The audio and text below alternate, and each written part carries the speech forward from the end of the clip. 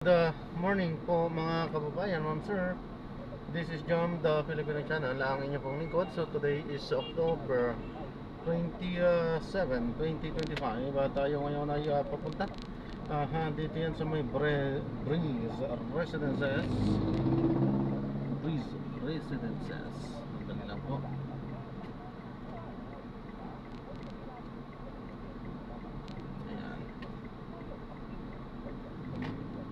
Dito yan sa may Rojas Boulevard, San Rafael, Barangay 5, Pasay. At dadalhin po natin yan sa may Lee Pavilion, Metrobank Avenue, Barangay 76, Pasay.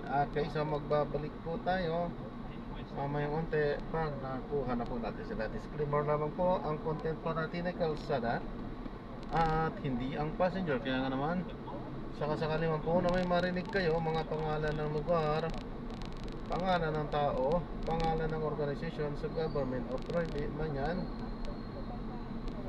ay wala pong kinalaman ng channel na ito at wala pong pinapatungkulan. Lahat po ng pinag-uusapan dito ay pawang dito lamang po yan sa loob at wala pong pinapatungkulan sa labas. Okay po, yan, magbabalik po tayo mamayang konti pag nakuha na po natin sila.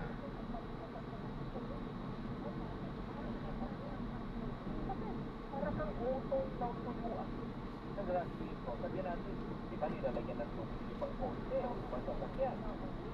Parang tulong-tulong ka. Kaya ang manifestation mo ay sagot ay mahilig sa katawan.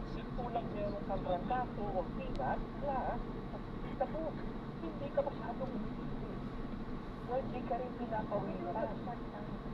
Pwede ka mag-acute renal failure. Dahil kulang ang dahil magkakaroon ng panunuyo ng tinatawag natin recon, acute tubular necrosis. Yung pinaka-shell sa loob ng check down. Parang checkpoint. Parang ka gumawa ng inalang. Dapat? Yes. Baka naman may ilang araw. Walang araw. Dahil paano kung bawal Hindi tayo nakapag-play at alam na naman natin ang dahilan. So hindi na natin i-upload yan. Maraming salamat po. So this is John pa rin, the Filipino channel, ang inyo pong lingkod. Yan, ikot-ikot tayo para makakuha at ng mga panibagong mission. Alam po, this is John pa rin, the Filipino channel, ang inyo pong lingkod.